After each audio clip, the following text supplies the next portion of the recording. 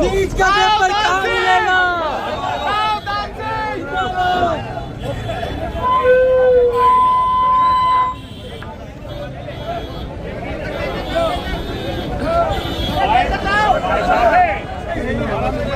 आप आगे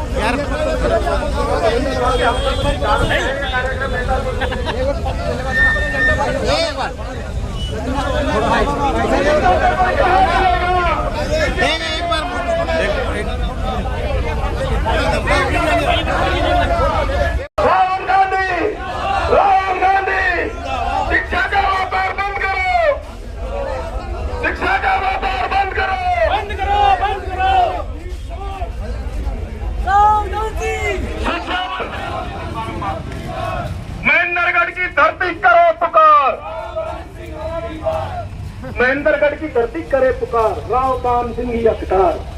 महेंद्रगढ़ की धरती करे पुकार, महेंद्रगढ़ की धरती करे पुकार। नीट का पेपर कहाँ मिलेगा? नीट का पेपर कहाँ मिलेगा? नीट का पेपर कहाँ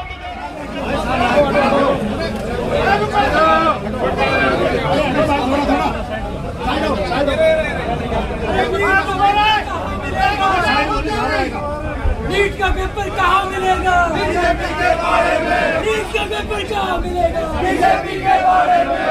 बीजेपी हो बर्बाद, हो बर्बाद, हो बर्बाद। मोदी जिंदाबाद, गांधी जिंदाबाद, गांधी जिंदाबाद, गांधी जिंदाबाद, गांधी जिंदाबाद, गांधी जिंदाबाद,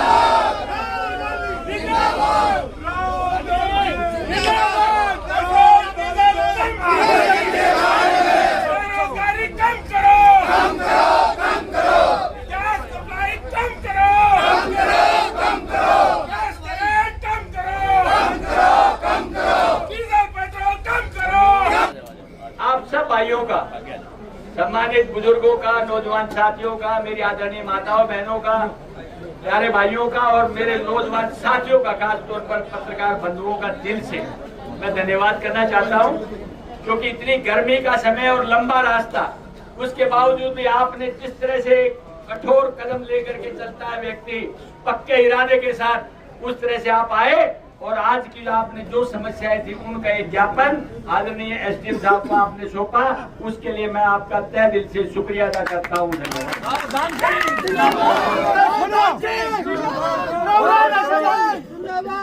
दोस्तों, मैं बताना चाहता हूं, 2 साल तक हमने इस बात का इंतजार किया। मैं आपको याद देना चाहूंगा कि 8 जून को पिछली बार नहीं, उससे पिछली बार यानी ठीक 2 साल पहले आपने पार्लियामेंट का चुनाव लड़ा और 2 जून को आदरणीय राहुल जी की रैली थी।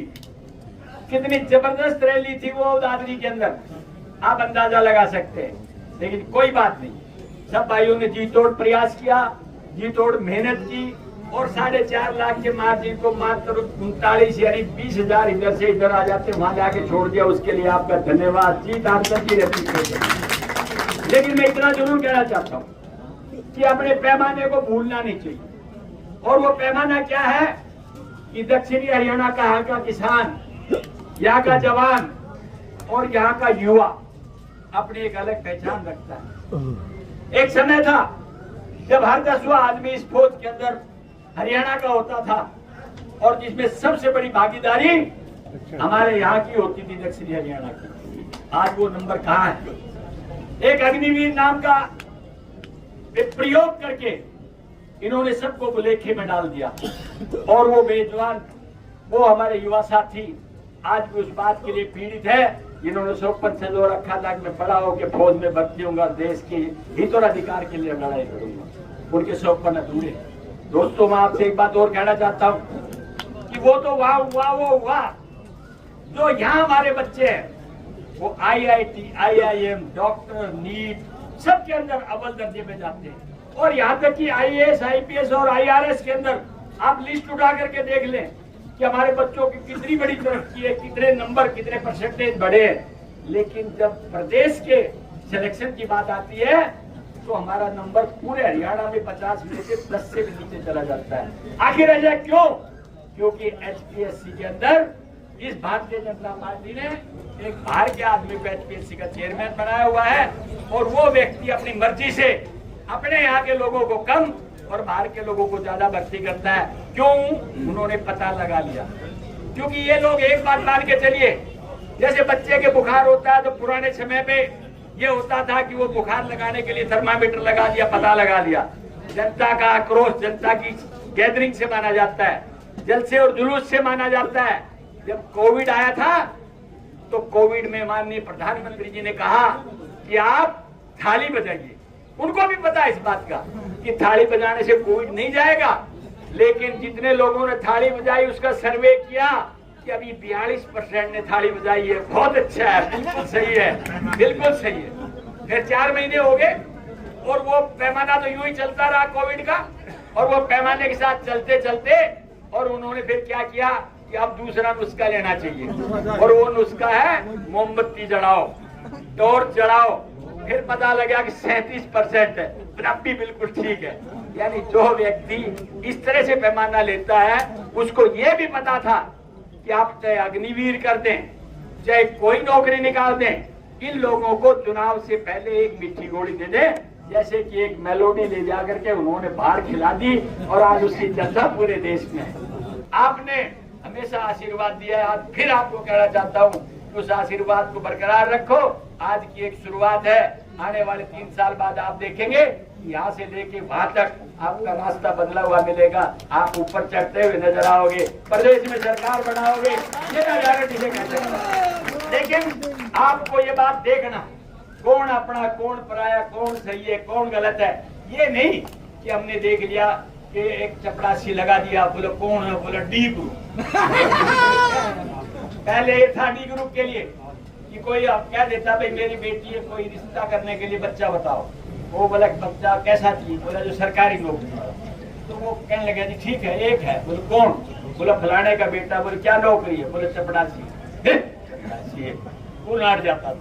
अब क्या करते हैं? बोला भाई बताओ कौन नौकरी वाला? बोले है। बोले कौन है? एकदम से आगे बढ़ा, अरे वही चपरासी है, नाम बदल दिया उसका, और उसमें आप बैठ के आप लोगों को ध्यान करना है। बेटा हमें ध्यान देना पड़ेगा। ये बात सीधी बात है। दे देगा, तो दे देगा, बोल तुम चाहते नहीं तो 100 बोल रहा है। दे देगा, ना बदलना है। तो मैं ये कहना चाहता हूँ भैया, बैठने की जरूरत नहीं है। चुनाव से नजदीक फिर मीठे मेलोडी लेके आएंगे, आपको उस मेलोडी का ध्यान रखना है। नौकरी दो तो क्लास 1, नौकरी दो तो क्लास 2, लेकिन वो नहीं है कहीं भी चपरासी ले जाओ, सफाई कर्मचारी ले जाओ। क्या हमारे बच्चों का कैलिबर यही है? इसलिए आपको समझे, इसलिए आपको ध्यान रखना है। और भाई मैंने खूब देख लिया, झटके भी लग लिए, पटके भी लग लिए, लेकिन मेरे इन भाइयों से बढ़िया कोई नजर नहीं आया। मेरे को समझने की कोशिश करना, थोड़ा बहुत गैप रहा, वो इसलिए रहा कि 2 साल में आप लोग भी एहसास कर लें कि हकीकत में नई सरकार, नया व्यक्ति क्या करता है। और हम कहाँ थे और हमें क्या मिला और आगे आने वाले समय में कौन हमारा भला कर सकता है, ये सोचने के लिए आपको 2 साल का समय दिया था। अब हम आपकी आवाज पर रहेंगे, हर उस बात के लिए लड़ाई लड़ेंगे जो आप एक बार सामने लेकर के आएंगे। इन शब्दों के साथ आप सबका बहुत बहुत धन्यवाद। जय हिंद, नमस्कार। बड़े ध्यान से जाना है सब भाइयों ने, और एक आवाज के साथ कि फिर कभी मौका मिलेगा तो मैं भाजपा के लिए एक शेर के माध्यम से कहूंगा, ये किसी की परवाह नहीं करते, ये तो एक ही बात करते हैं। खास तौर पर मेरे पत्रकार बंधु हैं, इनसे कहना चाहता हूँ, ये जमी बेच देंगे, जमा बेच देंगे, ये मुर्दे सरों का कफन बेच देंगे, ए कलम के सिपाही अगर तुम चुप रहे तो भाजपा के नेता वतन बेच देंगे, वतन बेच देंगे। आपको ध्यान रखना है, इन पत्रकार बंधुओं को ध्यान रखना है और उस ताकत के साथ लड़ाई लड़नी है। आप सबका बहुत बहुत धन्यवाद। जय हिंद, नमस्कार।